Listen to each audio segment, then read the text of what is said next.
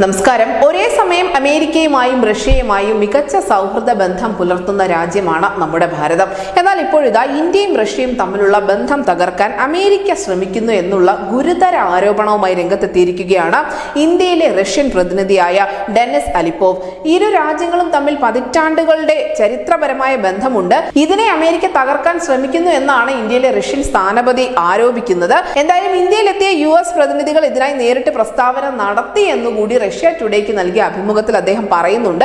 ഉപരോധം ഏർപ്പെടുത്തുമെന്ന് പോലും പറഞ്ഞുള്ള ഭീഷണി നിലനിൽക്കുന്നുണ്ട്. ഇന്ത്യയും റഷ്യയും തമ്മിലുള്ള ദീർഘകാലമായതും അല്ലെങ്കിൽ ഉറച്ചതുമായ ബന്ധമുണ്ട്. ആ ബന്ധത്തെ ഒരിക്കലും തകർക്കാൻ സാധിക്കില്ല. ഇന്ത്യൻ സാമൂഹിക സാംസ്കാരിക വികസനത്തിന് സോവിയറ്റ് യൂണിയൻ കാലം മുതൽ നൽകിയ സഹായം ഈ ബന്ധത്തിന് അടിത്തറയിട്ടിട്ടുണ്ട്. പക്ഷേ പാശ്ചാത്യ പങ്കാളികളെ പോലെ ഒരിക്കലും രാഷ്ട്രീയത്തിൽ സഹകരണം ആവശ്യപ്പെട്ടിട്ടില്ല.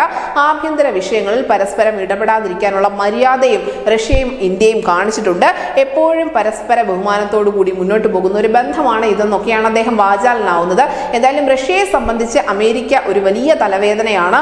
അമേരിക്ക റഷ്യയും ഇന്ത്യയും തമ്മിലുള്ള ബന്ധം തകർക്കാൻ ശ്രമിക്കുന്നു എന്നൊക്കെയാണ് അദ്ദേഹം പറഞ്ഞുകൊണ്ടിരിക്കുന്നത്.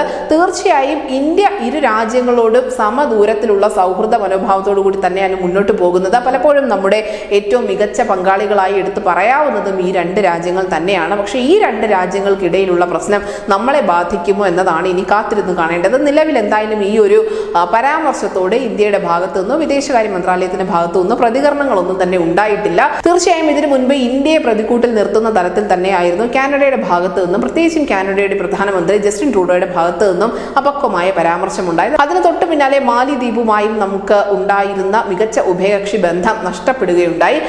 ഇതിനൊക്കെ തൊട്ടു പിന്നാലെയാണ് ഇപ്പോൾ ഈ റഷ്യയുടെ ഭാഗത്തു നിന്നും ഇത്തരത്തിലുള്ള ഒരു ആരോപണം എത്തുന്നത്. പക്ഷേ അതൊരിക്കലും ഇന്ത്യയെ പ്രതികൂട്ടിൽ നിർത്തിക്കൊണ്ടല്ല, മറിച്ച് ഇന്ത്യയുടെ ഉറ്റ സുഹൃത്തായ അമേരിക്കയെ പ്രതികൂട്ടിൽ നിർത്തിക്കൊണ്ടാണ്. News desk Malayalam.